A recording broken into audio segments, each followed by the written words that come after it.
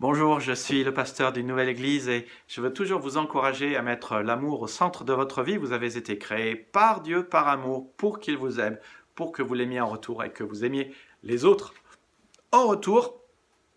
Je pense à une des choses que Paul dit dans 1 Corinthiens 13 et qui est très important. Vous savez, la seule chose qui durera éternellement, c'est l'amour.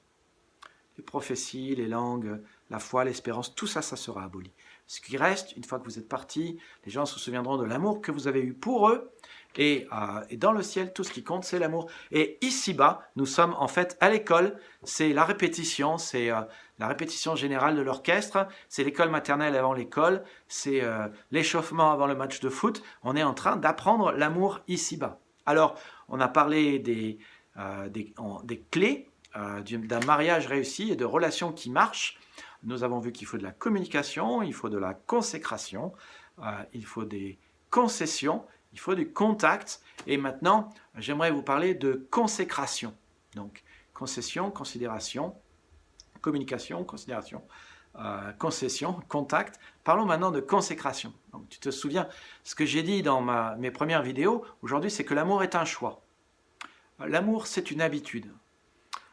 Et un choix est plus une habitude, c'est un engagement. Le choix d'en faire une habitude, parce que Dieu veut que l'amour soit une habitude dans notre vie, le choix d'en faire une habitude, c'est un engagement.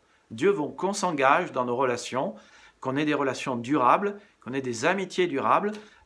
Et moi, je vous recommande toujours, bien sûr, il faut aimer tout le monde, aimer notre prochain, qu'il soit de mêmes orientations, de même religion, de même confession, ça n'a pas d'importance. Dieu nous demande d'aimer tout le monde. Mais je veux vous encourager particulièrement à vous engager aussi dans des relations durables. En tout cas, le mariage est fait pour être durable. Et pour qu'un mariage fonctionne bien, il faut un choix, une habitude, et le choix d'en faire une habitude, donc un engagement.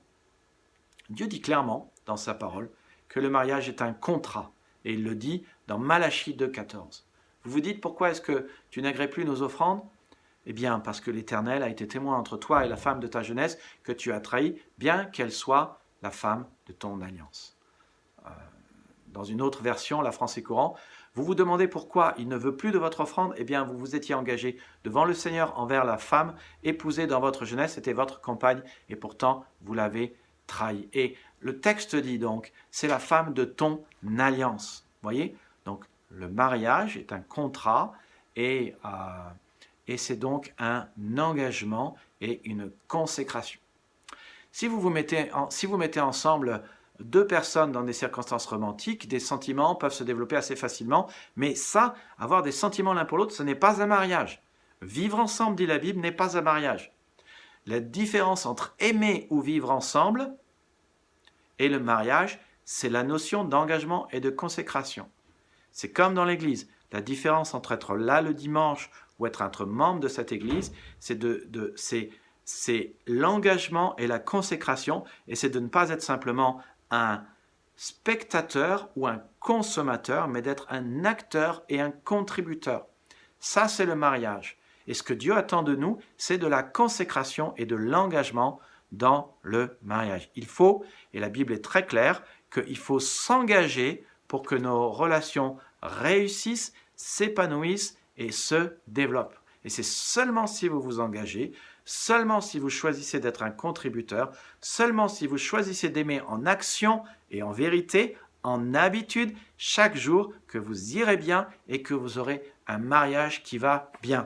Alors, parenthèse ici, si certains mariages ne vont pas bien, c'est parce que quelque part, souvent, ce qui se passe, c'est l'un des deux, pas toujours, mais l'un des deux qui a choisi de démissionner, soit parce qu'il y avait des attentes déçues, de la rancœur et de l'amertume, et le pardon n'est pas passé par là, soit à cause de ce qu'on ne fait rien pour entretenir la flamme.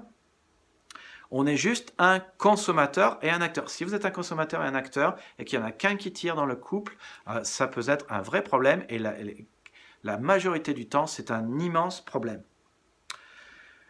Donc, un engagement, une consécration, et pour le mariage, la nécessité de vivre ce contrat. Et la Bible nous rappelle, Jésus nous rappelle, que notre oui au mariage doit être un oui pour la vie, un oui d'être actif, un oui d'être un contributeur, pas un spectateur, un oui d'être un acteur de notre mariage. Quand on a dit oui, je t'aimerai, je promets de te respecter, on le fait jusqu'au bout de notre vie.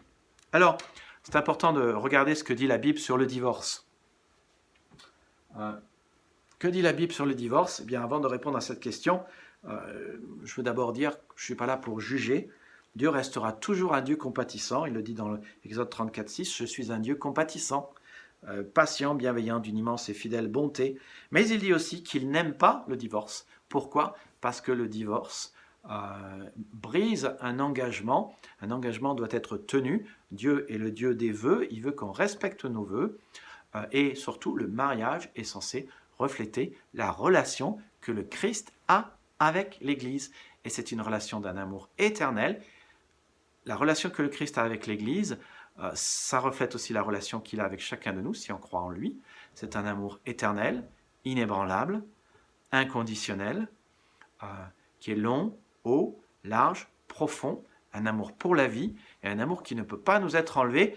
Une fois qu'on a reçu l'amour de Dieu dans notre vie, Dieu devient notre Père, on devient enfant de Dieu, et cette relation d'enfant de Dieu avec notre Père ne peut pas nous être enlevée, et Dieu est amour. Alors on ne peut pas éteindre l'amour de Dieu. Dieu est amour, son amour ne s'éteint pas, et donc il nous aimera éternellement. Ça, on ne peut pas nous l'enlever, et c'est la même chose, l'amour conjugal ici-bas sur terre est censé refléter cela. Alors, je sais que certains, parfois, vont pas bien dans leur couple et se disent je vais juste prendre la porte. Et on conserve la clé de la porte et on se dit si un jour j'ai besoin, ben je mettrai la clé dans la porte et je partirai. Ce que vous avez besoin de faire, mon ami, c'est de prendre cette clé et de la jeter dans un ruisseau ou dans un fleuve et d'oublier cette idée. Oubliez l'idée qu'il y a une porte de sortie et cherchez à tout prix à faire le plaisir de votre épouse ou votre époux. Allez voir si nécessaire un conseiller conjugal. Moi, je veux bien vous recevoir s'il le faut. Mais n'oubliez pas que tant que vous pensez que ça peut être mieux ailleurs, ça ne vous aide pas à arroser chez vous. Moi, je suis jardinier. Tous les printemps, je refais mon herbe. Quand on est jardinier, on regarde l'herbe du champ d'à côté, on a toujours l'impression que c'est plus vert à côté. Vous savez pourquoi? Parce que quand vous regardez le champ à côté, l'herbe, vous la voyez de côté, mais vous ne la voyez pas comme elle est réellement. Quand elle est réellement, que vous la voyez de dessus, elle n'est pas forcément plus verte que la vôtre. Mais la clé, si vous voulez de l'herbe verte, il y a deux clés. Premièrement, lisez le psaume 23, « L'Éternel est mon berger, je ne manquerai de rien. Il me dirige près des eaux paisibles, dans de verts pâturages. Laissez-vous diriger par Dieu. » Deuxième clé, laissez Dieu répondre à vos besoins. Et troisième clé, arrosez chez vous. Arrosez chez vous. Et je pense à ce texte qui parle de relations sexuelles dans Proverbe 5,16. « Tes sources doivent-elles se répandre au dehors? Tes ruisseaux doivent-ils couler sur la place publique? Que ta source soit bénie. Fais ta joie de la femme de ta jeunesse. » Donc c'était la cinquième clé pour que votre mariage aille bien. Il faut de la consécration, l'engagement. Beaucoup de ces choses s'appliquent pour les relations, même si ce n'est pas dans le mariage. Je vous invite toujours à rejoindre une église, et surtout une église qui prêche et pratique la parole de Dieu, et surtout une église où vous pouvez pratiquer l'amour fraternel. Parce que Dieu veut que l'amour soit au centre de votre vie. Il n'a pas créé l'église pour que nous soyons aimés, même si ça arrive aussi, mais pour que vous aimiez vos frères et sœurs qui croient comme vous dans le Seigneur. Nous sommes unenouvelle-église.fr. Rejoignez-nous si le cœur vous en dit. Nous sommes une nouvelle église qui met la bonne nouvelle au centre de tout. Une nouvelle église pour tous ceux qui cherchent Dieu ou qui l'ont déjà trouvé mais veulent continuer à approfondir leur relation. Et nous sommes dans la Marne-la-Vallée. Que Dieu vous bénisse et à bientôt.